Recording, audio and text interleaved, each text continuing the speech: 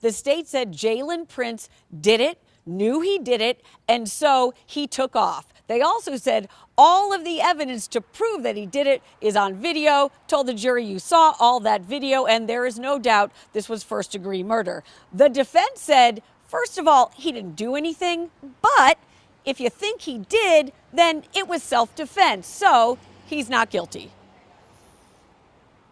The defendant is the aggressor at each and every stage of this confrontation, Harford County State's Attorney Allison Healy told the jury. He raises the level every single time. Warren Grant's fatal shooting in the boys' bathroom back in September wasn't an accident. Prince cocked the gun and it went off 3 seconds later.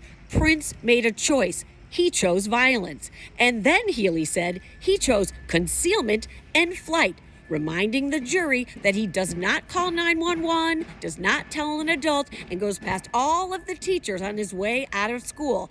In fact, he skips down the hallway. You saw it for yourself on the video, Healy said. It's not fear, not panic, not sprinting, it's skipping. He's out. That's what you do when you commit a crime, Healy said. Flee the scene, dump the gun, hide in a stairwell, and wait for your Uber. That's not what happened. It just isn't, defense attorney Stacey Pipkin said, and closed by blaming the victim.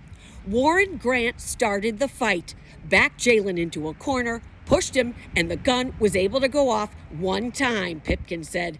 Jalen freaks out, throws the gun in a backpack, and runs. He's a child, and he acted like one. We are saying he did not do anything.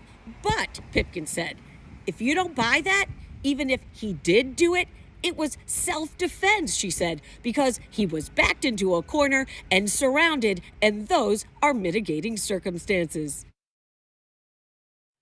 Although it may sound simple, but the whole self-defense legal standards are quite complex if you're not a lawyer.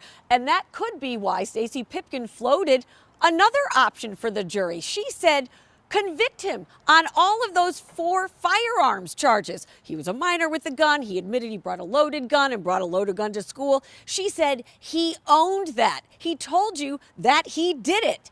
The state said, come on, it can't be both. Do you think it was an accident, or do you think it was self-defense? They said you have to pick one.